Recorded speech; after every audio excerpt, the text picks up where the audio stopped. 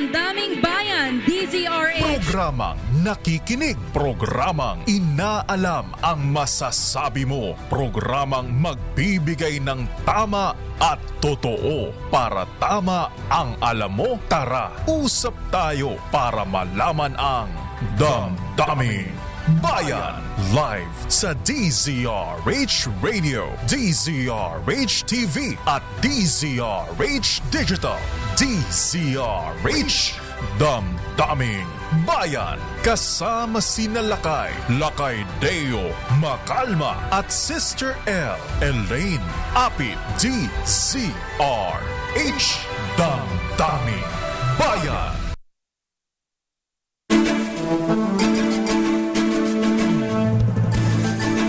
Araw po tayo ng Martes, ika-13 sa buwan ng Enero. Magandang umaga Luzon, Visayas at Mindanao.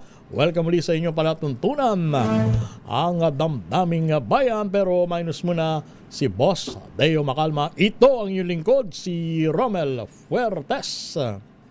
Magandang umaga Pilipinas, magandang umaga sa lahat ng mga nanonood at nakikinig sa atin. Ito po si Sister L, Elaine Apit at Diyos Marhay na aga sa gabos ng kababayan ko sa Bicol. At sana ay okay yung ating mga kababayan, lalo na yung apektado ng patuloy na nag-aalborotong bulkang Mayon. Ayan. At na yung mabigat kada kayo amin na po dito norte, ha? Sa mga kababayan ko dyan sa Ilocos region. Oo. At sa mga nagtatanong po kung nasaan sila kay Mayor Deo Macalma, siya po ay yung lagnat laki niya ay hindi pa gumagaling. Nag-kortal ka na ba, Lakay? Kasi yan ang lagi niyang sinasabi, kortal. Or magsuob ka. Ayan. Ay, oo. Diba? Usually yan ang traditional sa ginagawa atin. ng mga Laking medyo probinsya. Lumaki sa probinsya. Yes, so ako at din. yung medyo may edad na. Oo. Parang may gusto kong sabihin. Hindi, pero kapag laking probinsya ka, hindi sa'yo bago yung suob. Oo. Yan talaga yung ating kapag lalo na pagka malala ang trangkaso. Ayan. At bagamat yung iba pinagdududahan ng bisa ng suob, hindi mo rin dapat maisantabi yung Yes. mga nakapagpapatunay na gumaling dahil sa Oo, suob. Ako nga nung kasagsagan ng COVID-19, ginawa ko rin yan. Nagsuob ka? Oo. Ay nako, talaga namang pagka nagsuob ka o yung mga nagsusuob, pagaktak talaga ang pawis mo. Oo. Tapos gagaan yung pakiramdam mo. Gagaan ang pakiramdam mo. Yung mga gamot na hindi kayang or hindi agad maramdaman ng bisa, lalo na pagka ikaw ay sinisipon. Yes. Di ba, minsan bibili ka ng gamot, kailangan mong uminom ng 3 times a day, 2 times a day. Pero pagka nagsuob ka, instant ang pawis. ang labas ng ano mo, alam mo na yon, di ba? At saka talagang pagka nagsuob ka, tama yung sinabi mo ilang minuto lang gagaan na yung pakiramdam mo Para kang naimasmasan ba? Oo, totoo yan. Pero sa inyo ba ang suob ay may mga dahon-dahon? Wala. Ang ginawa ko lang, asin. Asin. Oo, yung iba, nilalagyan pa ng dahon. Sa amin diba? may mga dahon-dahon. Parang kulang na lang magdilaga. Ganun ba? Anong dahon ba usually ang ginagamit? Usually yung ginagamit nila doon, alam mo yung yung bayabas, hindi naman. hindi siya bayabas. Hindi ko lang maalala yung pangalan ng dahon na yun. Pero yun yung madalas nilalagay ng nanay ko noon. Lalo na ngayon na malamig ang panahon, na syempre tulad nga na binanggit natin kahapon, uso ang trangkaso, sipon, ubo, pananakit ng kalamnan, pananakit ng ulo. Tinatamaan ng flu dahil minsan kapag bumaba ang ating immune system, doon talaga tayo nadadali, Laki Romel. At speaking of karamdaman, napapanahon ang pagtaas ng kaso ng super flu. Oo, yung super flu na tinatawag. Oo. Ang sabi kahapon sa panayam natin kay Doc Tony Lechon, tumataas daw ang kaso ng pneumonia dahil sa super flu. Kumbaga, kung ikaw ay may respiratory illness, parang na-aggravate yung karamdaman mo dahil sa super flu. Oo, yun yung reason, explanation bakit daw medyo tumaas yung nagka-pneumonia. Kaya eto, pakinggan natin ang isa pang eksperto na papaliwanag sa atin tungkol dito sa pagtaas ng kaso ng mga pinatrangkaso na ayon sa mga eksperto ay epekto daw ng super flu. Sige, Miss Puntahan na natin na nakula kay Romel, manghingi din tayo ng update sa iba pang mga dapat nating malaman mula sa Department of Health. At tayo ay maswerte dahil napagbigyan tayo Ayan. na makapanayam ngayong umaga si Assistant Secretary Albert Domingo. Good morning po, ASEC. Si Sister El po ito. At Romel Good Fuertes. morning. Yes, good morning, Romel and Sister El. Magandang umaga sa lahat ng mga nakikinig at nanonood na Imbagabigat. Ayan. Unang tanong ko, diretso agad tayo. Talaga bang tumataas ang kaso ng mga tinatrangkaso, inuubo, sinisipon at nakakaranas ng pananakit na kalamnan dahil dito sa tinatawag na super flu?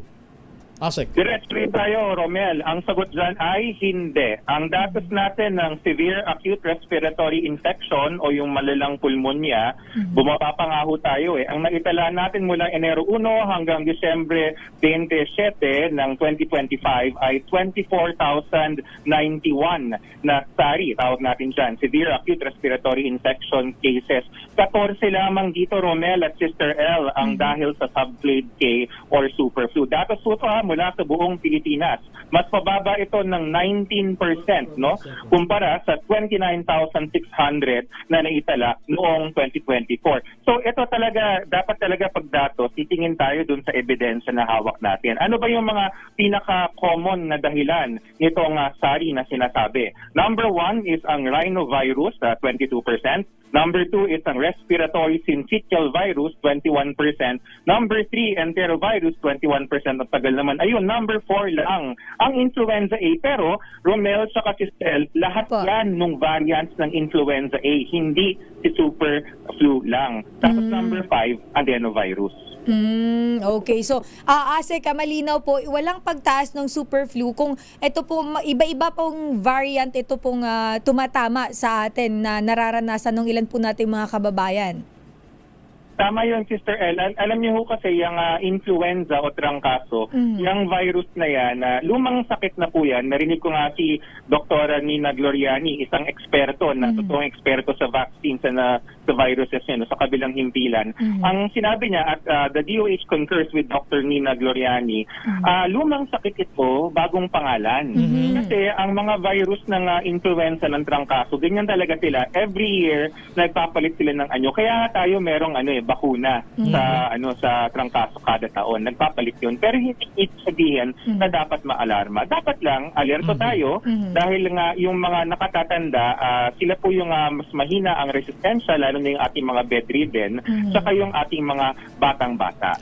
ASEC, susugan ko lang po dahil yung kahapon po, para po ma-clarify din po on your end po sa Department of Health, sa panayam po namin kahapon kay Doc Tony, ang binabanggit niya po, may possibility na yun pong super flu na nararanasan po natin ngayon ay hindi po siya, yung bakuna po na na-vaccine sa ating mga kababayan ay hindi po yun magiging epektibo dito po sa bagong super flu. Ito po ba ay, ano po yung komento natin dito, ASEC? Oo, sa panig kasi ng DOH, Sister El, hindi kami sa possibility tumitingin Tumitingin kami sa datos. At tumitingin din kami sa mga pahayag ng mga reputable institutions tulad ng ating World Health Organization. At ito ang sinabi ng World Health Organization, pwede nyo i-check to sa website nila, who.int. Sinabi nila, and I quote in English, "Current epidemiological data do not indicate an increase in disease severity, although this subclade marks a notable evolution in influenza A, H3N2 viruses. Early estimates suggest that the influenza vaccine continues to provide protection against hospital attendance in both children and adults." End quote. Tagalogin ko, Ramel, para sa... Go ahead, please. Go ahead. Po. Oo. Ibig sabihin po ng World Health Organization, yung datos na nakikita nila, hindi lang sa buong Pilipinas, ngunit sa buong mundo, ay hindi mas malala ang sintomas o ang palok ng sinasabi na super flu. Sa katunayan, sinabi rin nila doon sa ikalawang paragraph na binasa ko, na yung bakuna na nakukuha natin ngayon laban sa trangkaso, continuous, patuloy ang pagbigay ng proteksyon laban sa pagka-ospital sa parehong bata at matanda. ASEC Domingo, hindi sa pinagdududahan or tinatawaran ko yung sinabi nyo kanina na hindi naman tumataas. Tama po ba ang kaso ng influenza? Yes. Actually, dalawa yan, Yung sinabi ko is yung malalang trangkaso, malalang pulmonya. Yan yung SARI, Romel. Bigyan ka ng isa pang datos para marinig rin sa mga tagapakinig ng DZRH. Yung ating ILI, influenza-like illness o yung malatrangkasong sakit, ang nabilang natin as of December 27 ay 181,130 nationwide. Ang sequence, ibig sabihin nakita natin na subclade K or super flu ay 63 lamang. Yung bilang na 181,130, Romel, Sister L, ay 1% lamang na mas mataas kumpara sa 179,948 noong 2024. Opo, pero paano nyo po i-reconcile ito sapagkat meron po kaming tinanggap na impormasyon mula sa isa sa mga pasyente sa isang klinika sa Alabang, Muntinlupa na mahigit daw po 30 pasyente kada araw ang dinadala dahil sa influenza. Normal ba ito, Asek Domingo, sir? Yes, Romel. Tulad ng sinabi ko, di ba, yung bilang natin nung SARI, remember, nationwide ito kanina, 24,091 sa isang buong taon. Hindi malayong mangyari na meron talagang dadalhin dahil sa influenza. Pero hindi lahat yan ay super flu. Hindi kailangan reconciliation. Pareho lang yung nakikita natin sa ground at yung sinasabi ko, Romel. Okay. Eto, So, yun ang clarification po natin. Ito, dinagdag pa, banggitin ko na, isang kilalang ospital dyan sa area ng Muntinlupa ay puno ang mga pasyente na may influenza or trangkaso. Ito yan. Yun yung sinabi ko rin kanina, Romel, na hindi lahat ng mga malatrangkasong sintomas. Ano yung mga sintomas na yan? Ay tudagdag niya natin sa panayam natin. Ubo, sipon, lagnat, pananakit ng katawan. Yan yung mga tinatawag na malatrangkasong sakit. Ang daming dahilan yan. In fact, ibibigay ko yung ranking dun sa ILI. Yung ranking kanina para sa ating mga news desk ay dun sa SARI. Yung ibibigay ko ngayon ay para sa malatrangkasong sakit. Number 1, influenza A, pero all variant. Kasama dun yung ating tinatawag na subclade K or super flu. Pero remember 63 out of 181,130 cases lang yan. Number 1 yon. Number 2, rhinovirus. Number 3, enterovirus. Number 4, influenza B. Number 5, human para-influenza virus. Ibig sabihin, Sister El sa Romel, yung mga nakikita natin, just because nakita natin na parang mukha sila may trangkaso, hindi lahat nun super flu. Konti lang po din ang super flu. Okay. Wala pong namatay noong 2025 dahil dun sa malatrangkasong sakit na super flu. Kaya huwag po tayong kakabahan. Okay. Pero siguro, at any rate, siguro, Assistant Secretary Domingo, para po lubusang maibsan ang pangamba or takot ng iba natin mga kababayan dito sa super flu na ito, mas mainam siguro dagdagan natin yung mga personnel natin ng DOH na dumadalaw sa iba't ibang ospital kabilang na dito sa Metro Manila. Nako, Romel, actually, hindi lang personnel. Meron tayong 82 na DOH hospitals, hindi pa natin binibilang tama ba? Bilang na pala. Bilang na yung 4 na GOCC hospitals. Nationwide po yan. Tuloy-tuloy po yung pagmamatyag. Kaya nga meron tayong datos Ang importante dito, at gamitin ko na rin yung plataforma, maraming salamat sa DZRH, may magagawa tayo. Tayo pong mga nakikinig, tayong mga nanonood sa DZRH, maghugas ng kamay, magpahinga sa bahay kung may sintomas, voluntary na pagsuot ng face mask kung tayo po ay may sintomas, or kung ayaw nating mag-uwi ng sakit sa labas. Kasi meron tayong malalakas na pangangatawan, nagkatrabaho sa labas, pero pag uwi, merong lolo't lola sa bahay. So wag natin na magpasalubong ng virus on face mask tayo. At kumain ng prutas at gulay kasi resistensya talaga ng katawan ang lalaban dito. Asek, mayroon po bang, aside po sa pneumonia, mayroon po ba tayong mga na monitor na pagtaas ng iba pang sakit dahil po dito sa super flu?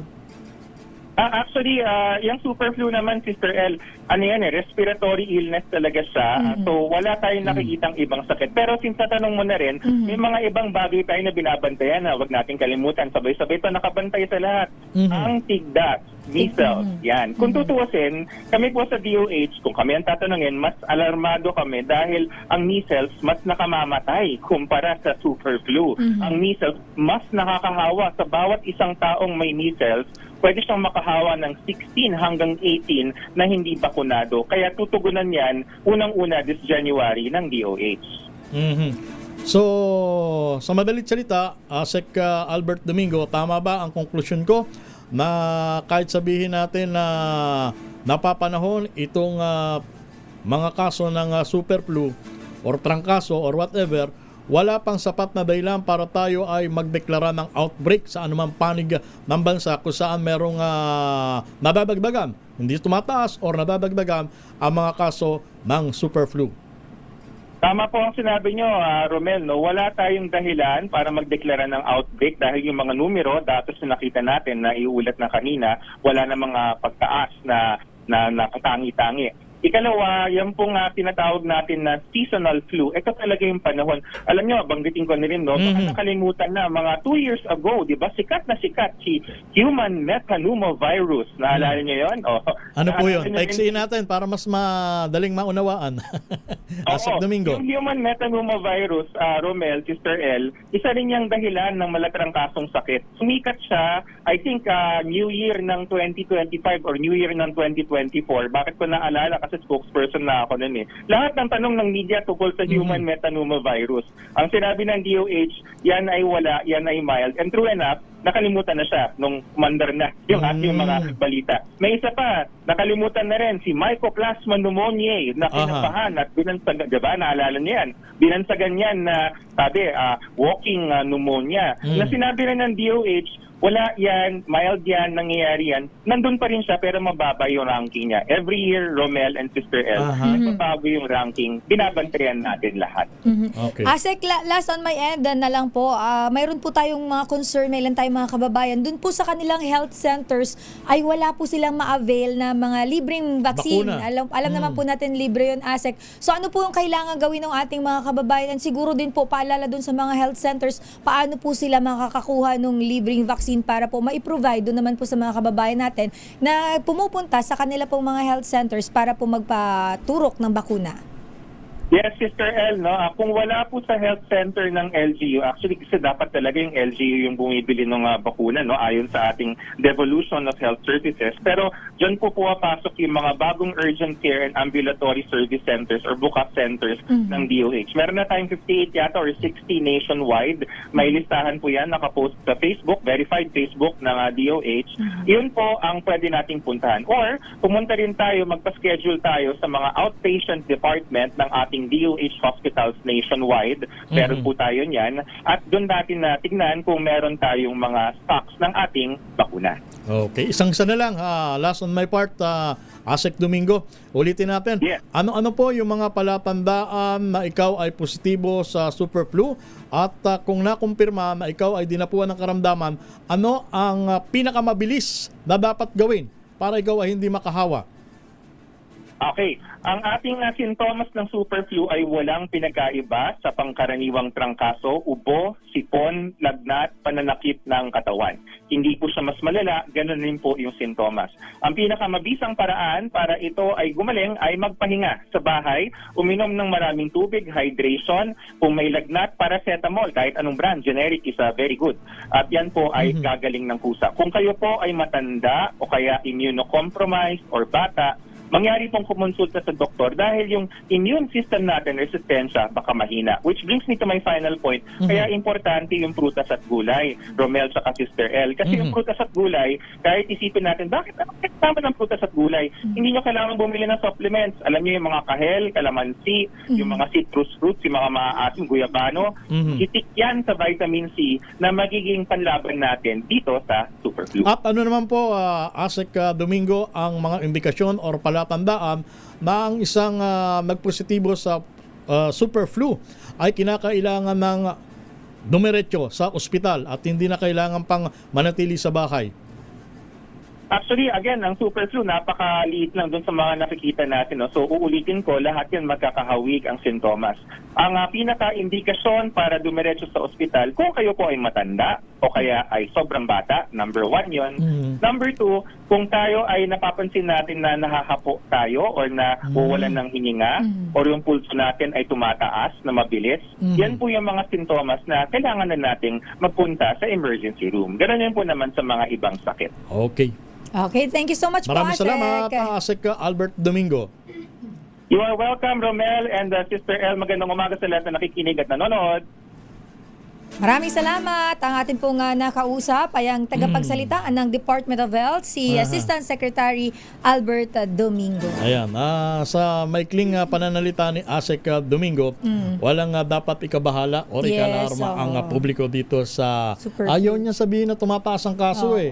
Parang Diba? mayroon lang na monitor na increase pero hindi daw siya alarming. Hindi siya alarming at walang sapat na batayan para magdeklara ng outbreak saan man panig ng ating Mukhang ang binabanggit bansa. ni Asek, yung mga tigdas, yung mga iba pang sakit ang mas binabantayan din nila na mas daw yun, mataas ang chance ng yung comorbidity na tinatawag lang kay Romel. Yun yung binabanggit niya na mukhang mas kailangan nilang paghandaan ng department. Pero just the same, ang dapat dito palakasin nila ang monitoring.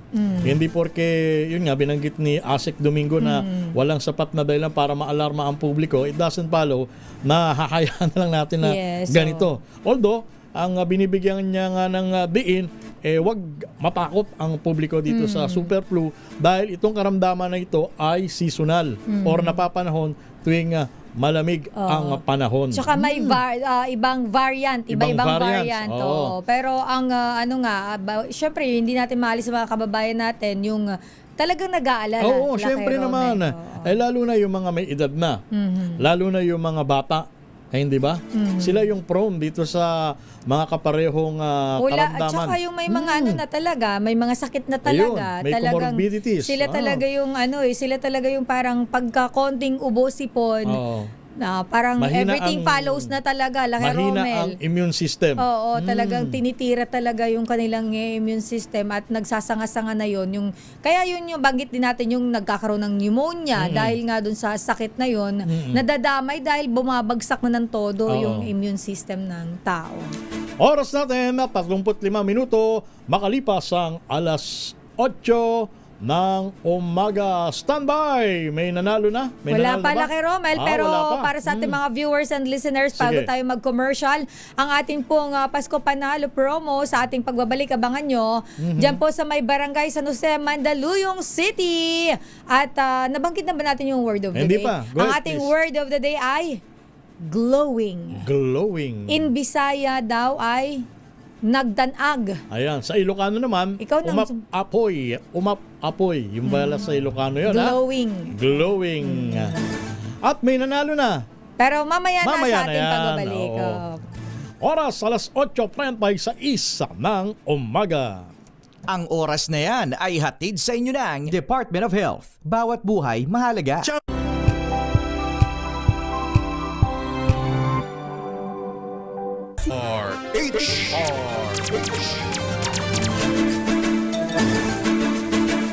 Balik tayo sa inyong programa, ang Damdaming Bayan. Sa ngalan ni Boss Deo Macalma, ito ang inyong lingkod, si Romel Fuertes. At nakakasama niyo pa rin po, Sister L. Elaine Apit. Mukhang meron ng nagwagi. May nagwagi na. At teka muna, meron muna tayong plus report. Het! Plus report! Het! Flash Report. Flash Report! Puntahan natin ang lungsod ng Maynila. May tanker truck na tumagilid dyan sa may altura sa may lungsod ng Maynila. At nandyan si RH29, Boy Gonzales. Boy. Boy! Naiangat na itong truck na tumagilid dito sa kanto ng altura sa Magsaysay Boulevard. Kung galing ka ng NLEX Connector, pababa ka ng Magsaysay, sa sobrang bigat daw ay tumagilid itong truck na may lamang glucose, yung chemical na inihahalo sa candy. Candy. Kaya yung kasada ay binobomba na lang, pinaplasing ng tubig at nilagay na rin ang lumot para hindi madulas. Kanina, sabi ng mga taga-MMDA, marami ng mga motorcycle rider ang umislide. Nadulas, oo. Madulas kasi yung kalsada. Sabi nga, ang bilang niya, napakarami. Itong ating na-interview sa taga-MMDA. Nilalagyan na lang, binobomba na, pinaplasing itong kalsada dahil sa madulas pa rin. Kaya nagdulot to ng traffic. Kung galing ka lang, kanina pa raw ang mga bandang bago mag-alas 5 na madaling araw nangyari to. Mhm. Kaya yung traffic galing ka ng NLEX connector, patungo ka ng Magsaysay Boulevard, ay ayun, medyo may sa ngayon nakikita ko merong pangilangilan na dumadaan na kanina, isinarado itong daan dahil sa aksidente na nangyari. Boy, buti walang nasaktan, boy. Meron daw yung sakay daw ng dalawa daw yung isa yung binabanggit na dinala daw sa ospital Mhm. ng ambulansya at itong mismong MDRRMO ay dumating na rin dito sa lugar. At nangyari ito kaninang madaling araw. Taga MMDA, anong oras po reported sa inyo? Alas 4 ng madaling araw. At may sugatan pa rito yung driver o yung... Sa hospital po, sir. Sa hospital po. Ilan po sila nasa hospital? Isa lang daw po, sir. Isa lang. Kamusta ang lagay? Boy, pakikamusta mo kung ano lagay?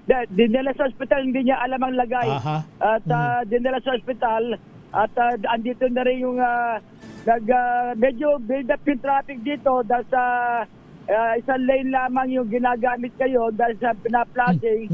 Nire-remedyoan ng mga otoridad para nilagyan nila ng parang kusot. Kusot, Itong kalsada. yes.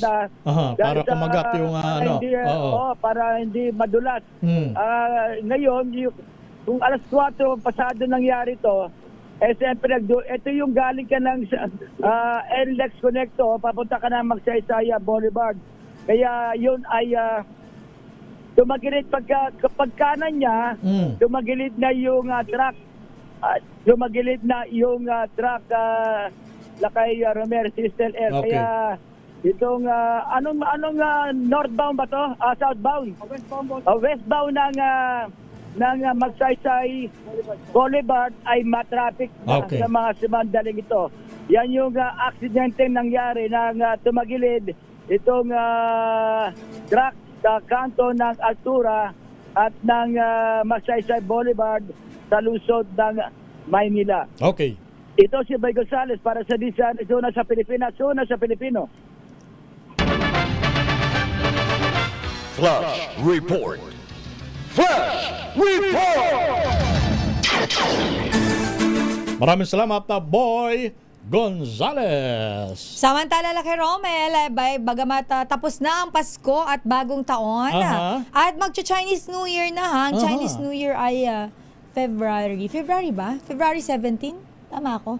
Feb 17, para sa Chinese New Year na daw to, Laki Romel. Aba. At ang ating Pasko Panalo promo, nandyan sa may barangay San Jose, Mandaluyong City. At nandyan ang ating Ninong ng Bayan, Ninong Sherwin. Ninong, sino ang ating lucky winner today? Good morning, Ninong. Sherwin. Tumutok sa DZRH at manalo ng instant 1,000 pesos sa Pasko Panalo Malacash Promo. Kasama ang Pride Detergent.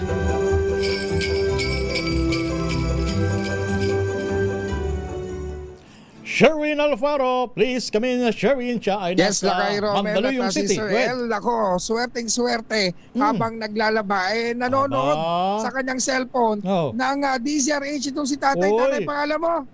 Anthony Anthony. Si Tatay Ayan. Anthony. Marin po. Good morning. Anthony Marin. Anthony Anthony Marin. Si Marin. Kuya Anthony Marin ng San Jose dito sa Mandaluyong City. At na-checkpoint nga namin siya. Tignan mo yung gamit niya pang sabon. Oh, Yung Aba, gamit siyempre, naka-pride. pride. Yeah, with kalamansi, Pride. jasmine, di Ay, ba? taray, oh. Ano, Bango di ba? siguro Oh, niyan. Pride, huli-huli yan. Ha? O, tignan mo, Tatay. Dahil naka-tune in ka sa DZRH. At sino pa ba rito mga announcer sa DZRH?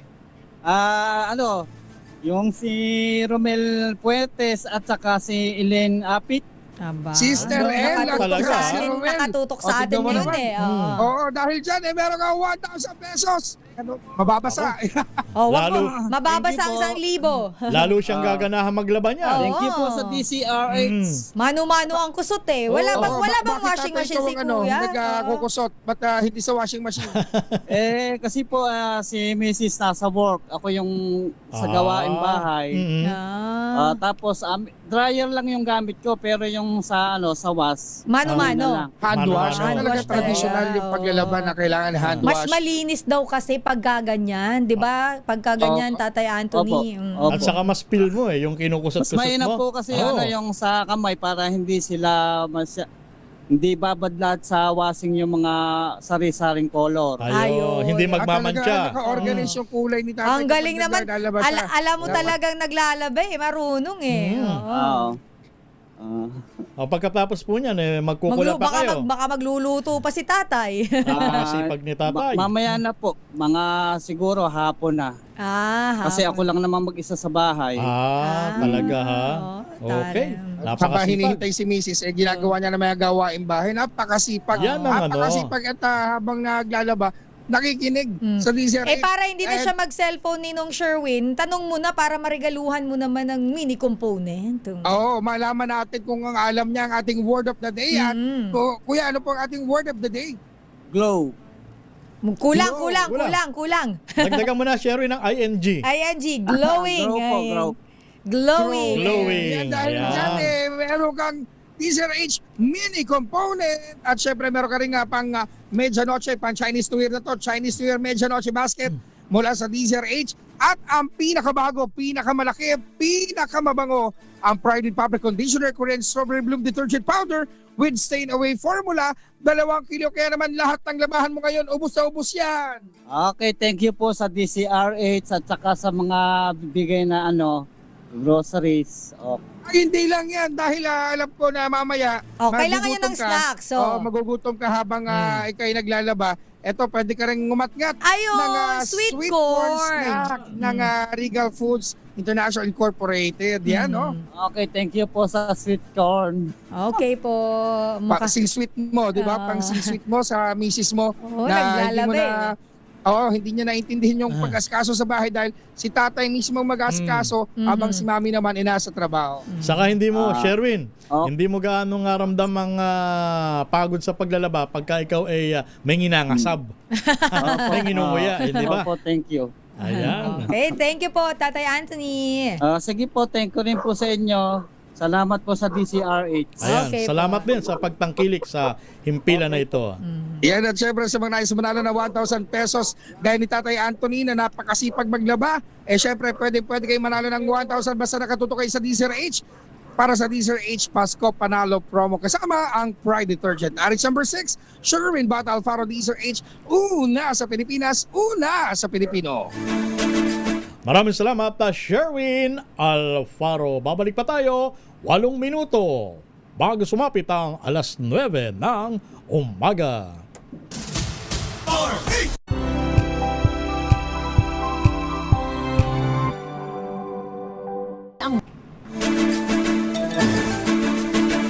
Meron lamang po tayong 3 minuto bago sumapit ang alas 9 ng umaga ngayong pong araw ng Martes, ika-13 sa buwan ng Enero. Dako muna tayo sa mga report ng ating mga kasama sa labas. Palasyo ng Malacanang, iginiit na walang balasan sa gabinete. At ang nagsabi po niya at ang nagpahayag ng kasiguruhan ay walang iba kundi si Executive Secretary Ralph Recto. RH number 14, Maring Let Narciso. Maring Let.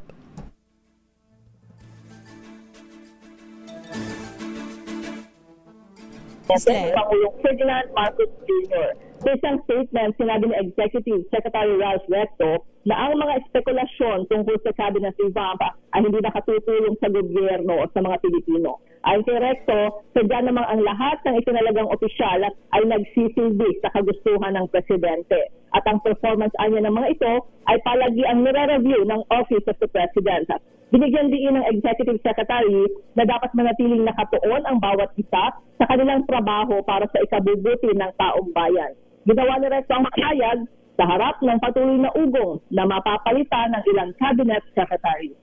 Ito si Net Narciso para sa DZRH, una sa Pilipinas, una sa Pilipino. Maraming salamat, Maring Let Narciso. Pero it doesn't follow kung walang balasan, it doesn't follow na kayo dyan sa gabinete ay magpapabanjing-badging na lang. Yes, oo. Kasi ang dami-daming issue, ang Tama. dami-daming palpak na nangyayari sa gobyerno na ngayon kay Romel. Ito na lang na issue ng isipin mo to, itong tumanggap ng kickback doon sa fire extinguisher na Oo. mga taga Bureau of Fire Protection. Ang tindi ng korupsyon, Lakay Romel, hanggang sa mga ahensya ng gobyerno na Oo. akala nung iba ay matino at walang ganitong klase ng mga nangyayari. May ganito rin pala. Grabe naman yung katalamakan. Mismo si Secretary John Vic Remulla na ang nagsabi na kanina sa panayam ni Katunying, dapat siguro sibakin na rin yung dapat masibak, Lakay Romel. At lagi sanang tandaan ng mga miyembro ng gabinete na ang rating ng presidente natin ay pabulusok. Yes, oo. Ha? At anuman ang inyong magiging performance sa bawat ahensya, magiging reflection yan Sa Pangulo. sa performance ng Pangulo. Hindi ba? Baka kasi iniisip nila sa sarili-sarili lang nila, Lakay Romel. Hindi alter ego kayo na Pangulo. Tama. Kapag may ginawa po kayong kabalastugan, Oo. sa kanya po magre-reflect yan. Ayan, ibig sabihin, hampas sa kalabaw, latay sa kabayo. Yes, oo. Akala nyo ba hindi yan babalik sa Pangulo? Nako, babalik at babalik sa kanya lang kasi siya po ang naglagay sa inyo dyan. Yan. In-appoint po kayo kapag may ginawa ho kayong mali, malamang sa malamang damay pa rin po ang presidente. Kahit hindi naman po niya at wala po siyang kinalaman sa Ayan. ginawa ninyo. Ang sabi nga, the president can only do so much. Yes, oo. At kayong mga nandyan sa ilalim niya, gawin nyo rin yung inyong trabaho. Nang tama at maayos. Nang maayos. Samantala, punta natin ang report ni Giselle Ricafort. Diyan na ba si Giselle Jeric? Dahil itong unang asset recovery meeting ng ICI ngayong 2026. Ilan ba ang member ng ICI? Wait lang, bigla akong nag-buffer dun. Parang kasi, isa na lang yata eh. Oo, kasi di ba si Justice Reyes na lang yata ang natitira dyan. Kasi yung dalawang miyembro ay nag-resign na. So, isa na lang siya. So, paano tong... Paano pa siyang makikilos? Paano pang kikilos ang ICI? Unless may mga bagong miyembro ba? Alamin natin, RH15. Ano yan? Giselle Ricafort. Giselle. One-man show na lang ang mangyayari. Giselle, magandang umaga. Good morning, Lakay Romel, Sister L. Isasagawa na yung unang asset recovery meeting na binuong technical working group ng Independent Commission for Infrastructure para ngayong bagong taon. Matatandaan hindi natuloy yung pinakahuling TWG meeting noong December 9, 2025. Nakatakda sanang isa formal noon yung Memorandum of Agreement para sa papel at otoridad ng bawat ahensya ng gobyerno. Gayon din yung pagbuo ng procedural guidelines para masiguro yung maayos na koordinasyon, maiwasan na madoble yung trabaho at mapabilis daw yung pagbawi sa mga kinamal na asset at pera ng bayan. Ayon kay Chairman Attorney Renato Paraiso, ang Acting Executive Director ng Cybercrime Investigation and Coordinating Center, bumubuo sila ng framework para mapahusay ang real-time tracking ng parehong frozen at recovered assets, gayon din yung kaugnay na legal cases. Igugulong yung pulong mamayang 1:00 ng hapon sa tanggapan ng Independent Commission dito sa Taguig City, yung ikalimang asset recovery meeting na mula ng buuin yung technical working group noong isang taon. Sa ngayon, Lakay Romel, Sister L, nananatiling si Chairman Andy Reyes lamang yung nag-iisang commissioner ng Independent Commission. Kasama na dyan retired General Rodolfo Alturin. Siyempre, narito rin yung Executive Director, si ED Attorney Brian Hosaka. Wala pang abiso, wala pang inaanunsyo yung palasyo ng Malacanang sa kung sino yung papalit sa mga nagbitiw na sina Commissioner Babe Simpson at Rosana Fajardo noong nakalipas na taon. Ito si Giselle Ricafort para sa DZRH sa Pilipinas, una sa Pilipino. Maraming salamat, Giselle Ricafort. Samantala, Benguet Police Chief absuelto na sa lapses sa Cabral probe. Ayon po mismo yan kay PNP Chief General Nartates. RH number 52, Edniel Parosa. Sa detalye, Edniel, magandang umaga. Magandang umaga, Lakay Romel. Winelcome ng liderato ng Philippine National Police dito sa Campo Crame ang pagbabalik sa pwesto kay Benguet Provincial Director Police Lieutenant Colonel Lambert Suerte. Unang nirelieve si Suerte sa pagkamatay ni dating DPWH Undersecretary Maria Catalina Cabral. Ayon kay Acting PNP Chief Police Lieutenant General Jose Melencio Nartates Jr., patunay ang reinstatement ng pagiging patas na hanay sa mga isinasagawang investigasyon. Batay kasi sa internal review, wala naging misconduct si Suerte at sa halip, pinanagot pa nga sa pagkukulang si Police Major Peter Camsol Jr. Siyang Chief of Police naman ng Tuba Municipal Police Station. Haharap si Kamsol sa kaukulang administrative charges. Maugunit ang binatikos ng pag-handle ng pulisya sa pagpanaw ni Cabral na nakita sa tabi ng Cannon Road, partikular na sa hindi pag-secure ng mga ebidensya, gaya na lamang ng cellphone ng dating opisyal na sa halip na kordonan o i-secure ay ibinalik doon sa kanyang mga kaanak. Sa ngayon, tinapos na ng PNP ang investigasyon sa kung paano nasawi si Cabral ay pinagpapalagay na nahulog sa bangin ng walang foul play at nagpositibo rin sa antidepressant drug na nakita sa kanyang hotel room. Nakatutok na ang pag-isiyasap, hindi sa circumstances kung paano nasawi si Cabral, kundi sa forensics ng pulisya sa iniwang files at gadgets ng dating DPWH Undersecretary na ngayon ay nasa pag-iingat ng Office of the Ombudsman. Ako naman si Edniel Barrosa, nag-uulat para sa DZRH. Una sa Pilipinas, una sa Pilipino. Therefore, Edniel, sa report mo na yan, may tuturing ng case closed, yung misteryosong pagkamatay ni dating USEC Undersecretary Cabral, as far as PNP is concerned. Tama, in as far as PNP is concerned, parang mga ilang weeks ago ko na rin na ibalita na hindi na natin pinag-uusapan yung kung paano nasawi si Cabral dahil nakompleto na ng PNP lahat sa medical legal report yung kung paano nasawi, kung ano yung Yes, Edniel. Substances na nag-positive kay Cabral and therefore nakita rin doon sa kanyang hotel room, including the fingerprint ay una nang nailabas ng PNP.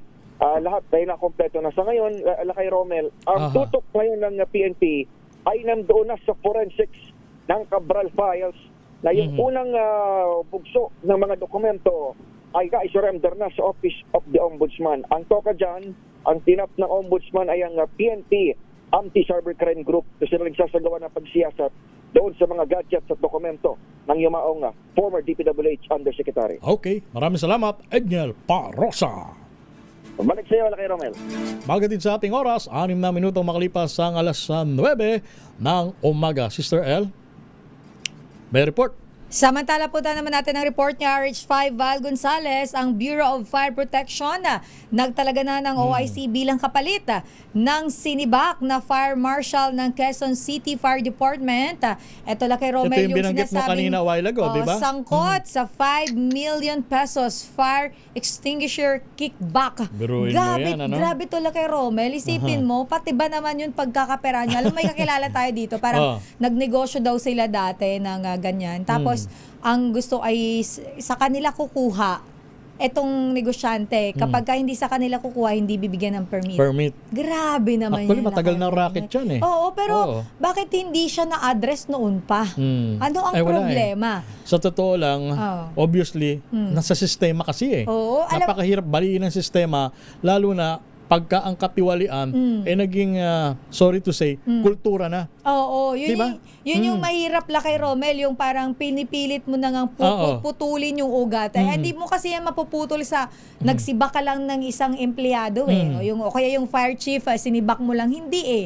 Kasi paano kung yung mga tao mismo din doon sa pinakababa ay gumagawa ng kalokohan. Hindi mo naman masisisi na kahit anong gawin ng pinakamataas, kung ayaw sumunod nung nasa baba, wala din talagang mangyayari. At ang nakalulungkot na katotohanan, dalawang bagay. Kung ikaw ay ang mission mo ay ireforma ang isang korap na gobyerno, dalawang pwede mangyari. Although pwede yung maaari kang magtagumpay. Ang ibig sabihin babaliin mo yung sistema ng korupsyon. Pero yung isang pinakamasaklap na katotohanan, posibleng ikaw ay lamunin ng sistema. Yun yung problema. Pero alamin muna natin ang detalye ito mula kay RH5 Val Gonzales. Val. Ilang beses na kasing nasisibag ito. Muli. Aba, ganun ba? So, kotang-kota na pala ito, Val. Bakit binabalik? May record na. Malakas daw. Patay tayo dyan. Yan ang mahirap Yan ang mahirap sa palakasan system. Eto, kung nakamonitor si Mayor Deo Macalma, sa akin muna nagbulong yung kanyang bugwit. Ang sabi, malakas daw kasi kay Undersecretary G. DILG Undersecretary G. G. Sino kaya yan? G Sino na yan? ba yung G na yan? Yan Hanep yung bubuit ni Lakay, sumasideline sa'yo, nagkalagnat lang sila kaya. Yung bubuit ni Mayor Deo, ayaw niyang sabihin sa akin kung yung letter G. Dapat imbestigahan din niya si Undersecretary G na yan. Oo, dahil siya ba, Val, for the record, yung itong binububuit ba nitong bubuit na ni Lakay ay siya ang nagpabalik-balik, nagre-reinstate, pinapabalik niya lagi, kahit nasisibak na. Sabi ng bubuit, tumpak ka, Sister L. Kumbaga, halimbawa, sinibak na siya, nagpapalamig lang. Tapos babalik ulit. Afterwards, pagka humupa na ang kontrobersiya, ibabalik na naman siya. Ganun ba? Kaya naman pala pang ulit-ulit sa Ay, ginagawa nako. niya, Val. Oh. Ikaw ba naman, Undersecretary, yung backer. Ang balita, si Undersecretary, malakas daw dun sa taas. Hindi ko alam kung ano yung taas na binabanggit. Atong taas ba yan? Sige, tumingala. Saang taas ba yan? Undersecretary yan, Val. Tumingala ka, ano ang susunod na pwesto sa Undersecretary? Sabi mo, mataas eh. Hindi kasi, depende sa taas eh. Oo nga. Pero sigurado, mas mataas yan kumpara sa kanyang posisyon bilang Undersecretary. Kaya nga sabi ko sa iyo, Val, tumingala ka. Kung sino-sino pa ba yung sip matataas. Patay tayo. Go ahead, Val. Go, Val. Itinalaga na ni Bureau of Fire Protection Director Jesus Fernandez itong si Fire Superintendent Froilan Guzman bilang officer in charge ng Quezon City Fire Department. Ito'y kasunod ng pagkakasibak kay Quezon City Fire Marshal, Fire Senior Superintendent Rodrigo Reyes dahil sa manoy halos 5 milyong pisong kickback sa endorsement nito ng supplier ng fire extinguisher sa isang condominium developer. Val, sorry Val, maputol kita ha. Pakiulit mo nga ang pangalan na yan. Pakiulit mo para magkaroon ng recall yung mga kababayan natin. Ano pangalan yan? Dating Quezon City Fire Marshal, Fire Superintendent Rodrigo Reyes. Rodrigo Reyes. Ayan. Ayaw pa Sige. kasing banggitin. May papel namang, ayan, yung papel na yan nakikita ko ninyo. Ayan, yung pinagbasihan ko po ng aking kwento. Ang ipinalit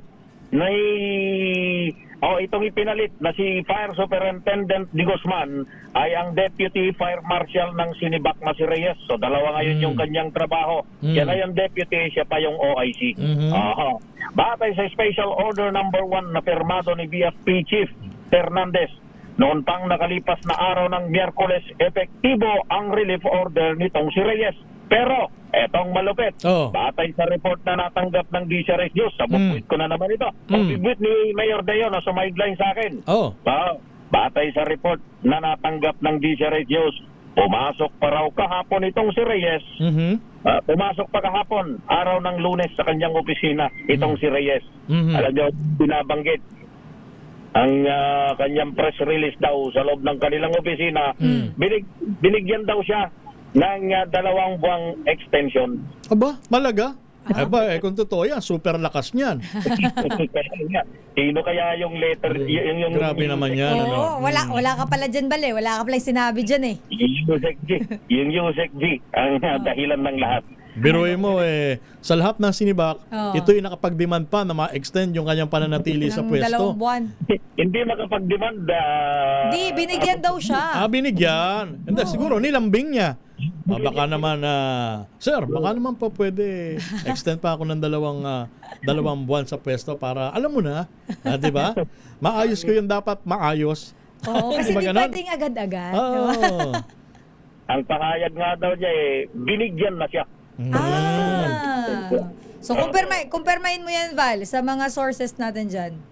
Kumpirmado. Binigyan Kumpirmado? daw siya, pero hindi na siya pumapasok ngayon dahil mismong si DILG Secretary. Wala na siyang doon, Val. Nagsalita. Wala na siya doon. At may relief order na. Yan yung makikita ninyo. Yung ayan, itong pina-flash natin. Yung ipina-flash natin. Ito pa. Ang sinibak na si Reyes, ang marshal ng Quezon City. Ulitin ko yung pangalan na... Sige, please. Fire Superintendent Rodrigo Reyes.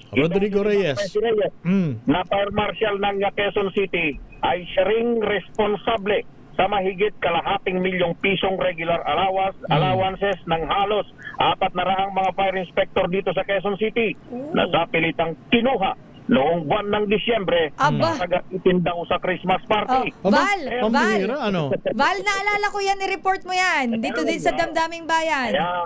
Ba siya pala yun? Dahil nga nung maibalita, ng Diseregios, yung binabanggit mo, Sister El, binalita ko yan sa mismong araw ng dapat sana'y Christmas party. Sa mahaling Sky Dome sa SM North. Alam ba naging resulta ng maibalita? Hindi natuloy. December 9 ay hindi na naituloy at idinalik ang allowances ng kawawang mga bombero. O, diba? Isipin mo yon, Val. Kung hindi pala natin naibalita yun, di kawawa yung mga bombero natin dyan. Ngayon, ang susunod na tanong ko, Val, magagawa ba ni Superintendent? Ano pangalan uli niyan? Para magkaroon tayo ng record. Superintendent Rodrigo Reyes. Magagawa ba ni Superintendent Rodrigo Reyes ang ganyang mga style ng sarili niya lang? Nang siya lang, mag-isa? Nang siya lang, mag-isa? Walang timbre sa taas? Balik tayo uli.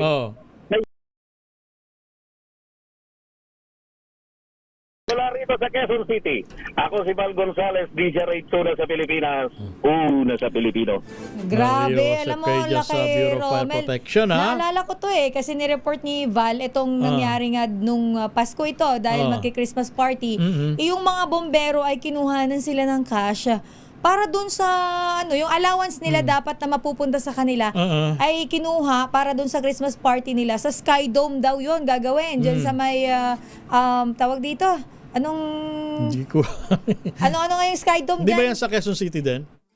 SM North, Quezon Sky City. Dome, SM North. So, dun dapat Lakay Romel, pero nang naibalita ni Val at nagreklamo itong mga bomberong kawawa na inaasahan yun nila Lakay Romel dahil panghanda noong holiday season. At saka magkano lang naman ang sweldo ng mga bombero? Oo, tsaka yun, parang allowance lang naman na nila yun na dapat sana ay inaasahan nilang gagastusin. Buti na lang, ibinalik daw nung naibalita dito sa programa. Kumbaga, kinaltasan sila ng binutawan sila. So, yun yung dapat sana ay siguro yun talaga yung nila, parang allowance na makukuha, in-expect nila for the month of December.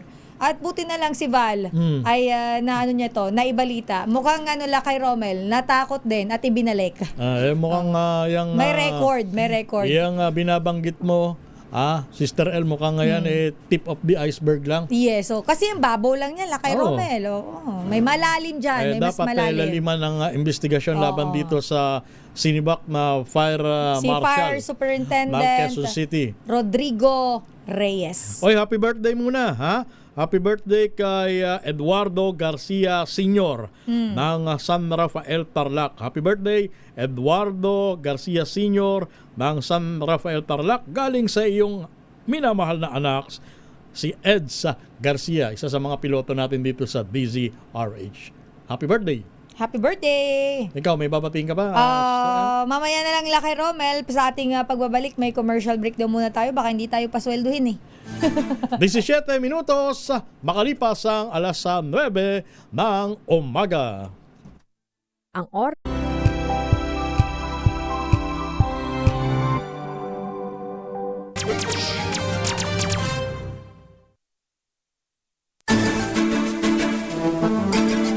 Alas 9:23 ng umaga, kayo'y nanonood at nakikinig sa inyong paboritong programa, Ang Damdaming Bayan. Minus muna si Boss Deo Macalma, pero ito ang inyong lingkod, si Romel Fuertes. Nakakasama niyo pa rin po Sister L, Elaine Apit. Alam mo, may Lakay Romel, mayroong mayroong nag-comment dito, mukhang nagagalit ito. Nagagalit ha? Gustong manakit, babasahin ko, pakinggan mo. Sige. Ay, ang sabi ba naman niya Sister L, halata naman niyang pagkampi niyo sa presidente.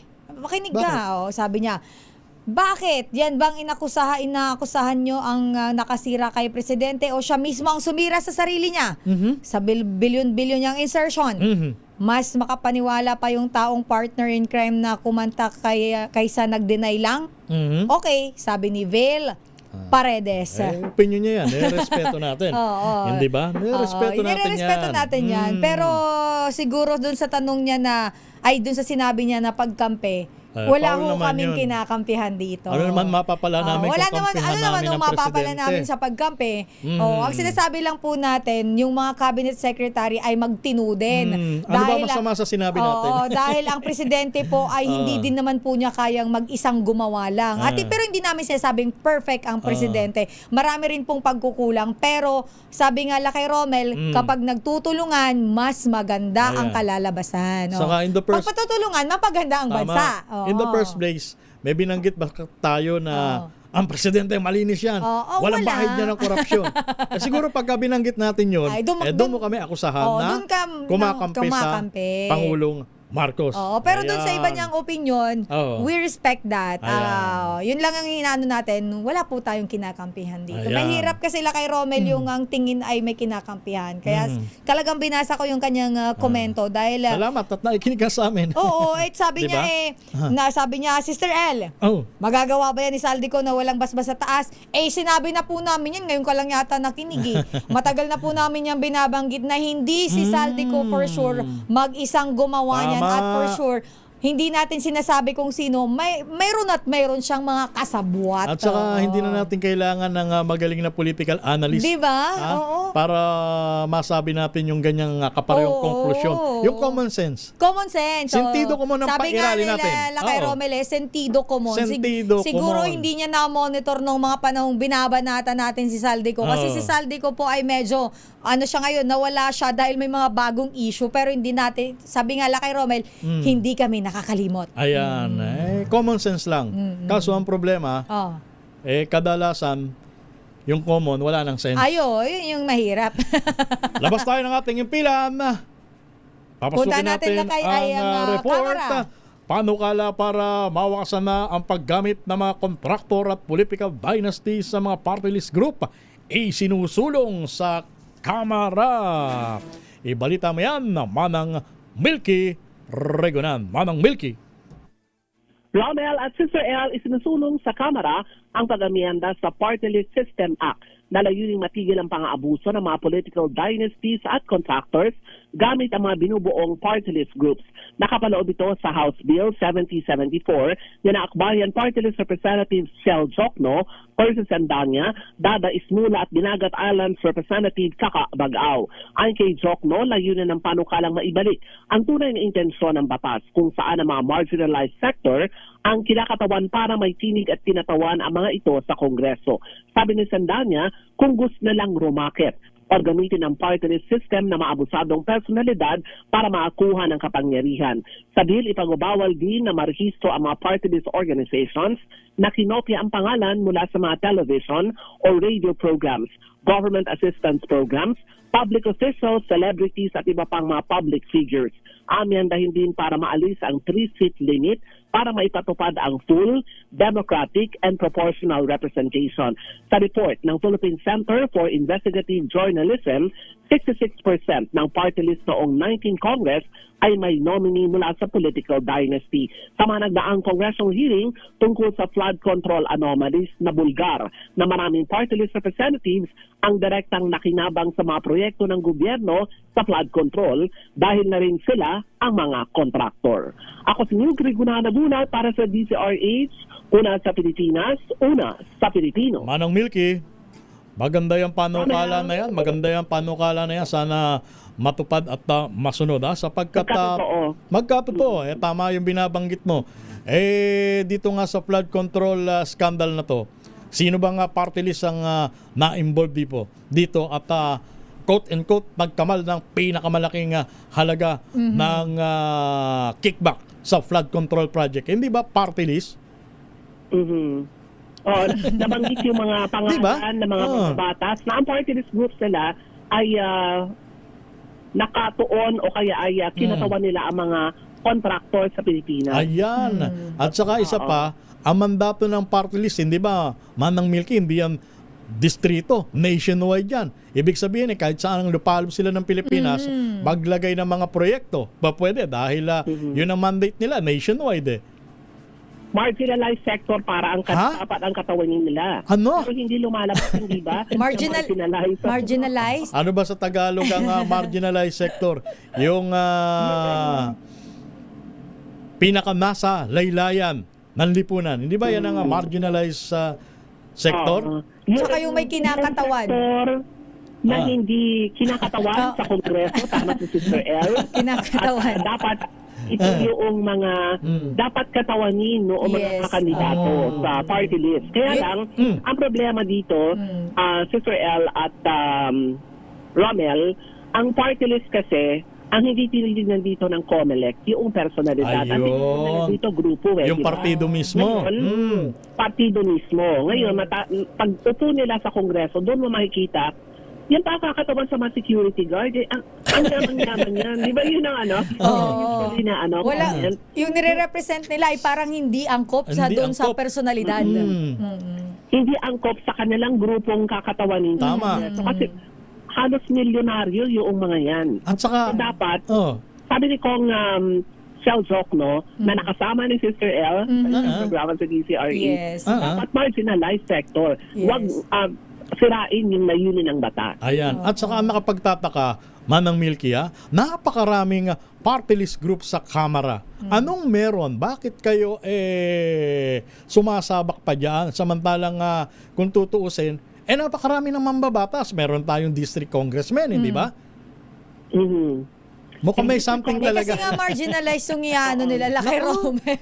Ay, nako. Kumbaga wala kasing minsan, dahil nga ito, ay kunyari, isang grupo ng mga, may mga pinaglalaban tungkol sa pagkakaroon ng sariling lupa, bahay, kunyari, ganon. So walang nagre-represent specific para sa kanila. Hindi sila napagtutuunan ng pansin. Kayo yung kanilang layunin. Kaso parang nagkakaroon ng mismatch. Mismatch, oo. Kasi hindi sila babagay dun sa nila. Oo. Aminin natin, Sister El at Romel, maganda yung layunin ng batas. Pero halimbawa, isang ordinaryong mamamayan, napakalitang sweldo, kakandidatong party list group. Meron ka bang pondo para umikot sa buong Pilipinas? Wala. So, ang nasa likod mo ay ang nagpupondo sa'yo. Usually, mga political dynasty. Ito, lalabas yung gray area ng batas. At kapag ikaw ay nanalo, syempre, bayad ka ng utang na loob. So, paulit-ulit lang.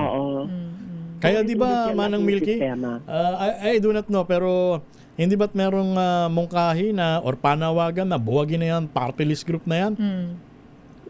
Merong panawagan. Pero itong si Congressman Shell Zocno, ang gusto niya ay marepaso yung party list system act. Kasi nga nagagamit na mga politiko, pinupondohan yung mga grupo na binubuo pagkatapos ang iuupo sa Kongreso, lalo na kapag marami silang botong nakuha, tatlo ang magiging upuan nila sa Kongreso. Nako, siguro ang dapat na panungin natin dyan yung Commission on Elections din. Di ba? Higpitan nila once and for all ang criteria sa pagtatakda ng mga nominees sa party list groups.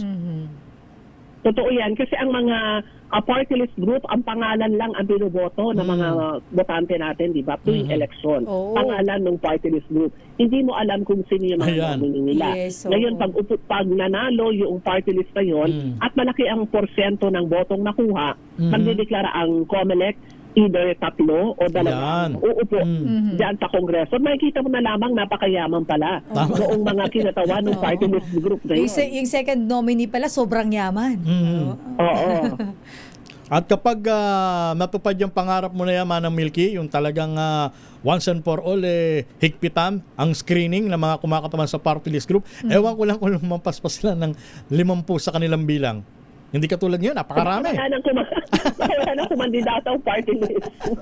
Kung ganito ka higpit. Kaya nga. Maraming salamat, Manang Milky Regunan. Magandang umaga, Romel at Sister L. Ako si Milky Regunan nagulat para sa DCRH. Una sa Pilipinas, una sa Pilipino. Samantala, Laki Romel, mula sa Kamara, punta naman natin ang latest dyan sa Senado. Ibang usapan naman ito, Laki Romel. Pero may kinalaman pa rin ito sa yung nangyari sa Cebu. Sa Cebu? Oo, yung landfill na kasi gumuho? may kinalaman to sa basura. Yung lumalalang krisis sa basura, dapat daw po yung tugunan ayon sa isang senador. Sino nagsabi niyan? RH28, Raymond at Paas. Laki Raymond. Elaine, paring Romel, responsibilidad ng bawat Pilipino ang pagtugon sa lumalalang krisis sa basura ng bansa. Itong paniniwala ni Senador Loren Legarda kasabay ng pangihimok sa lahat na makaisa sa paggunita sa National Zero Waste Month ngayong Enero. Sabi ni Legarda, kailangan na nagkakaisang pagkilos ng mamayan at ng mga kinaukulang institusyon upang pangalagaan ang ating kalikasan at kinabukasan ng susunod na henerasyon. Para sa senador, nakababahala ang datos mula sa What a Waste Global Database Report ng World Bank noong 2025 kung saan ika-27 ang Pilipinas mula sa 50 bansang may pinakamalaking nalilikom na municipal solid waste na umaabot sa 14.6 milyong tonelada kada taon. Malaking bahagi nito ay plastic at nagbabala ang mga eksperto na ang patuloy na pagdami ng basura ay nagbabanta sa kalusugan ng publiko, katatagan ng mga lungsod at mga pagsikap ng bansa sa pagtugon sa pagbabago ng klima. Hulyo noong July 2025, nakalikom ang MMDA ng mahigit na 600 tonelada ng basura sa NCR. Binigyang din ni Legarda ng maling pamamahala ng basura ay tuwirang nagpapalala ng pagbaha at panganib sa sakuna. Dahil ang pagbaha hindi lamang usapin ng ulan, ito ay pinalalala ng basurang bumabara sa ating mga ilog at estero. Matagal nang umiiral ang kanyang inakda na Republic Act No. 9003 o ang Ecological Solid Waste Management Act, ngunit hindi na ipatutupad. Inaatasan ng batas ang paghiwalay ng basura o waste segregation, mga nabubulok at di nabubulok, pagtatatag ng materials recovery facility sa bawat barangay at ganoon din yung composting at recycling. Samantalang yung Republic Act 11898 o ang Extended Producer Responsibility Act of 2022 ay ang manufacturers naman ang inaatasan na mag-recycle ng plastic packaging waste. Ngayon sa ika-20 Kongreso ay sinusulong ni Legarda ang Magna Carta of Waste Workers na naglalayong mabigyan sila ng pagkilala para dahil ang mga waste workers ay mahalagang katuwang sa pamahala ng kalikasan. Ito si RH28, Raymond Advance para sa DZRH, una sa Pilipinas, una sa Pilipino. Maraming salamat, paring Raymond Dadpaas. Ang sabi ng Pulse Asia, Sister L, fewer Pinoys believe flood control culprits will be jailed. Sa Tagalog? Naniniwala ang mga Pilipino na makukulong daw po yung mga nasa likod nito pong, ano nga yan? Flood control. Flood control, ayan. Alam mo, dahil sa paulit-ulit ng pinag-uusapan yan, parang nahuhutan ako na kay Romel. Kumbinsido ang Pulse Asia na ilang percentage ng mga Pilipino nagsabi? Maraming Pilipino pa rin ang naniniwala na may makukulong. Kaso, habang tumatagal, habang lumalaon, kumukonti ang kanilang bilang.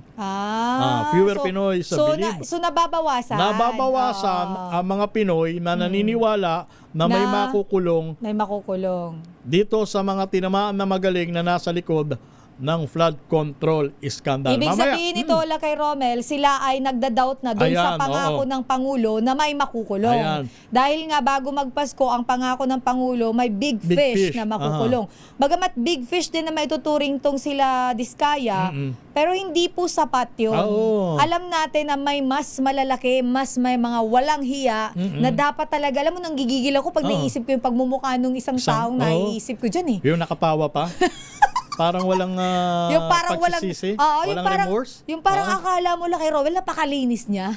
Yung nangangaral pa nga santo-santuhan, bad trip Ayan, sa madaling salita, yung karamihan sa mga kababayan natin na anong una naniniwala na may makukulong. Nabawasan na to. Fewer na lang sila. Kokonti na. Few is kokonti. Teka muna, ang sabi nila, muna, parang hindi yata tumutugma na ngayon. Doon sa naging pangako ng presidente na may makukulong na big fish. Kaya nagdududa na yung karamihan doon sa pangako ng Pangulo. Actually, dapat hindi. Bagamat pangako siya, pero ang punto dito kay Romel, kung batas ang susundin mo at pagpaparusa sa mga nagkasala, dapat talagang mayroong makulong na malalaking tao dahil alam naman po natin, huwag na tayo magpaka-ipokrita, sabi nga nila, alam natin may malalaking taong involved dyan. Ayan. Kaya hindi naman tayo pinanganak kahapon. Ang sabi sa latest survey ng Pulse Asia, mula sa 71% noong September. Ilan na lang sila ngayon? ang datos ay nabawasan ng 12 puntos. Ang laki din. Oh. So sa ngayon, 12% ang nabawas. 59% na lang ang naniniwala na may makukulong dito sa nangyaring nakawan ng pondo sa flood control programs. Ngayon, kung halimbawa babagal pa rin tayo sa pagpapakulong sa mga big fish, baka itong 59% na ito na dati ay naniniwala, Baka maging ilan baka na lang yan. mabawasan na ito ng tuluyan. Baka maging 20% na lang yan. Ang magiging konklusyon niyan, bumabagsak ang tiwala ng publiko sa batas ng Pilipinas. Yes, 20 minutos. Pero Yes, bago go ahead. tayo Laki Romel, habol ko lang itong Habol mo, sige. pabate. Aba, nakikinig to sa atin ha. Uy. Si Senator Lito Lapid. Magandang Aba. umaga, Sen. At si COS Ricky Leto ay nakikinig din. Si Ma'am Chermy Mayores, Aha. Ryan Reyes, Mike Belen. Ang Team Lapid nakatutok sa atin. At si Florante Rosales Ayan, yun nga nakatutok babanggitin sa ko atin. ha. Magandang umaga sa iyo, Tuan, Florante Rosales at sa buong team ng Senator Lapid. Ayan. May humabol dito lang May kay humabol. Romel. Isa Sige. pa, may nag-message dito, babasahin ko. Hindi na natin babanggitin ng pangalan, pero sabi niya, considered ba na marginalized eto, babanggitin ko na si Congressman Chel Jokno, 'di ba congressman na si Attorney Chel? At si Congresswoman, ang aking kababayan, si Manay Leila de Lima. Dahil lawyers daw sila at mayaman din. Yun ang kanyang katanungan. Mas matindi dyan yung kilala kong congresswoman actually. Congresswoman Congresswoman na party list dyan sa area ng sa Kabisayaan. Okay, Visayas. In terms of resources, abay talagang malulula ka. Bakit? At ang kanyang asawa pambira, hindi milyonaryo. Bilyonaryo. So, babalik tayo dun sa tanong na ito bang si Congresswoman, Yoko. Kilalang-kilala sa sa Visayas region. Okay, sige, pero wag mo nang yung i-mention. kanyang asawa, kilalang-kilala din. Sikat. Sikat. Sa katunayan, sa sobrang sikat kasama yung pangalan niya sa flood control scandal. Mapatay tayo dyan.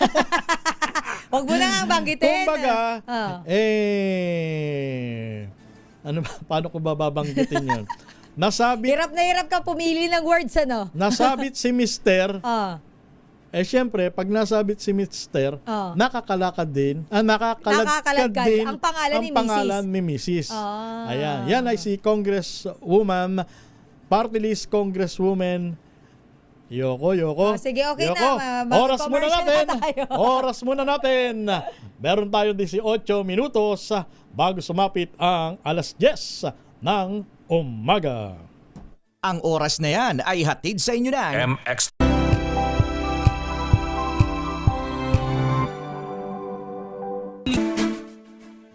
Anim na minuto na lamang at sasapit na ang alas 10 ng umaga. Sister L, nako, kahit pa paano meron tayong magandang balita. Ano ang ating good news, Lakay Romel? Doon sa mga consumer ng Meralco, inanunsyo ng kumpanya na bababa ang singil sa kuryente ngayong buwan ng Enero. Mabuti naman.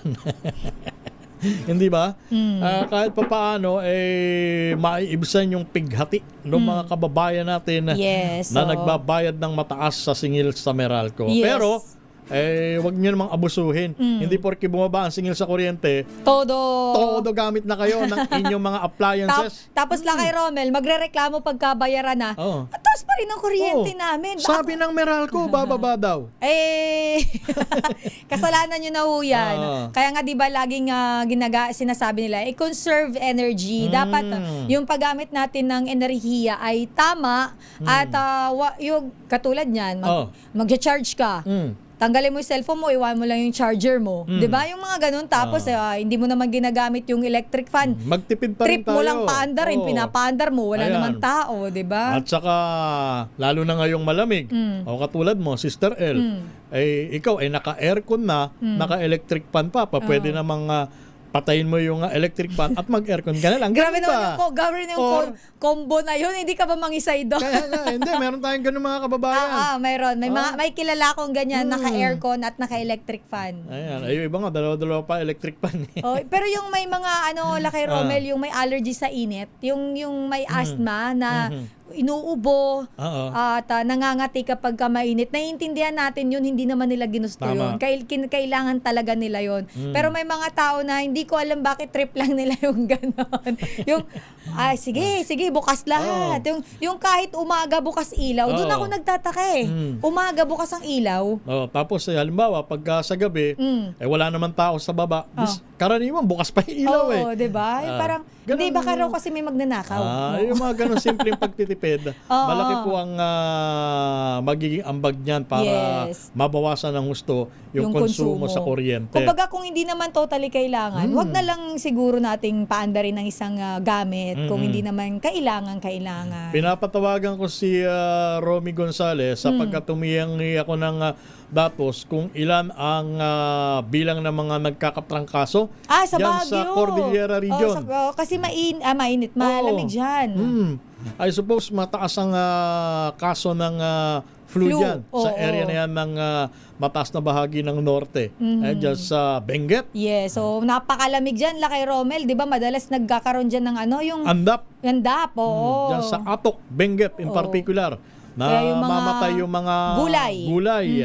sa sobrang lamig. Nagyayelo yung mga tanim ng mga kababayan natin diyang lalo na yung mga repolyo.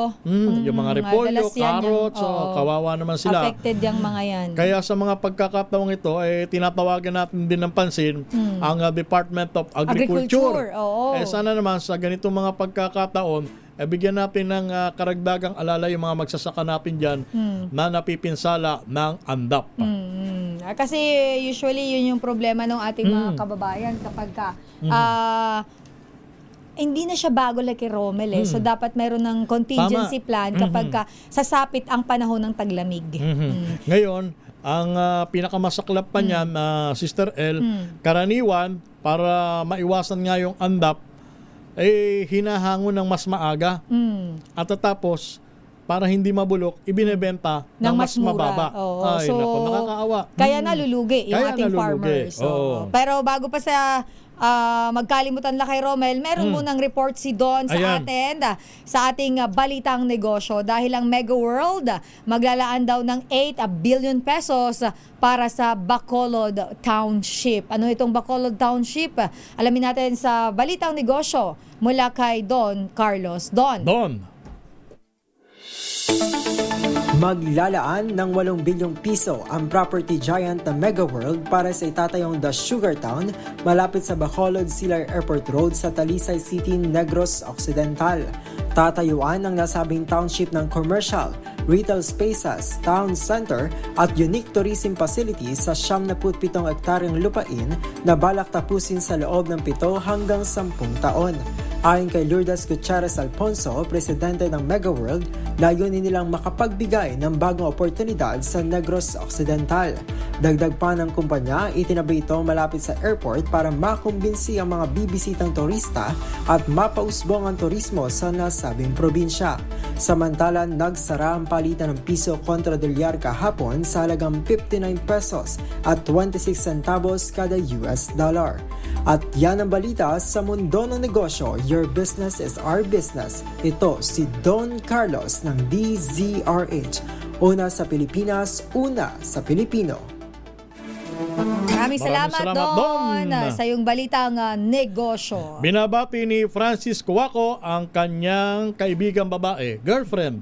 Francis Cuaco, si Strawberry Lopez. Ayan, good morning daw. Para familiar sa akin binabati mo. Paulit pag ikaw yung nakaupo, binabati mo siya. And special friend ni Francis yan. Pero alam mo, Lakay Romel, may nagpapa-shoutout dito si Ohenso D. Shoutout daw sa Sorsogon. Palaging Christmas light ang kuryente, patay sindi, sabay ikot ng kontador ng mabilis. At dahilan lang din po yan, kapag kaganyan ng eksena, nasisira ang appliances, Lakay Romel. Kaya dapat tugunan yan ng inyong electric cooperative. Yes, sa Sorsogon daw. Kami dyan sa Albay, ganyan din ang eksena, Ganyan Lakay din? Romel, ano kami dyan ang tawag nga niyan sa word namin kami ay probinsya ng kimat-kimat. Oh, kimat-kimat. Ano Yung kimat-kimat? patay sindi. Patay sindi. Ganun sa amin. Close Kasi sabi open. niya, kimat-kimat Close pa open. more. Ako naman, naalala ko, pagka umuwi kami dyan sa Ilocos, sa Ilocos Sur, ganyan din. Pero, tuwing summer.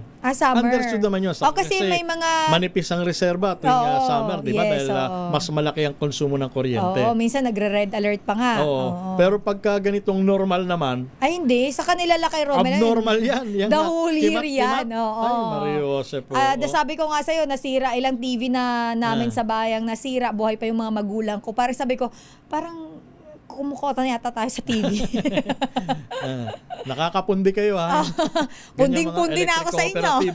Tapos, ang babayaran mo, ang taas-taas. Oo. At saka magugulat kila kay Romel, yung brand ng TV mo, hindi naman putyo-putyo. Oo. Halimbawa, hindi na ako magbabanggit ng brand, pero magandang brand talaga yung binili mo. Wala talaga sa brand. Talagang kapag kapala yung kuryente mo palyado, papalya talaga yung appliances mo. Ayoko sana mabad trip yung mga kababayan natin dahil kanina binanggit natin ang good news. Ang Meralco magbababa ng singil ng kuryente ngayong Enero. Pero magtataas naman ng halaga. Actually, nagtaas na. Ngayong araw. Ang halaga ng mga produktong petrolyo Parang alam mo kay Romel, dahil nga sanay na tayo, parang di na lang natin pinapansin. Kasi masasaktan ka lang, ma-stress ka lang. Although, hindi naman ganun kalaki, katiting lang. Pero pinagsama-sama mo yan, ilang linggo na ba tayong taas ang presyo? Sunod-sunod na din yan. Sunod-sunod na kayo dyan, ha? Namimiyasa na. Inuunti-unti niya kami. Inuutay-utay nyo. Pa 30 centimos, 20 centimos ang taas. Ngayon, pagka kinumpute namin yan sa loob ng isang buwan, magkano na yan? Di ganun din. Tapos, magbababa kayo, ganun din. Katiting na katiting lang. Kaya akala nila Lakay Romel, kapag inuutakan tayo Pag kinompute mo yung dagdag sa ibabawas, mas malaki pa ang dinadagdag kumpara sa ibinabawas. Ayan. Luging-lugi naman kami. Pero may panawag sa atin ng ating Ma'am Ellen Pulido. Hi, Ma'am Ellen. Ma'am Ellen Pulido, good Ingat morning. sa iyong travel. Sabi niya, shout out sa MMDA. Kailan daw ikakabit at pagaganahin yung traffic light sa BGC? Dahil nagkukos ito ng traffic. Mukhang may area dyan sa BGC, Lakay Romel, na walang traffic light. Hindi gumagana.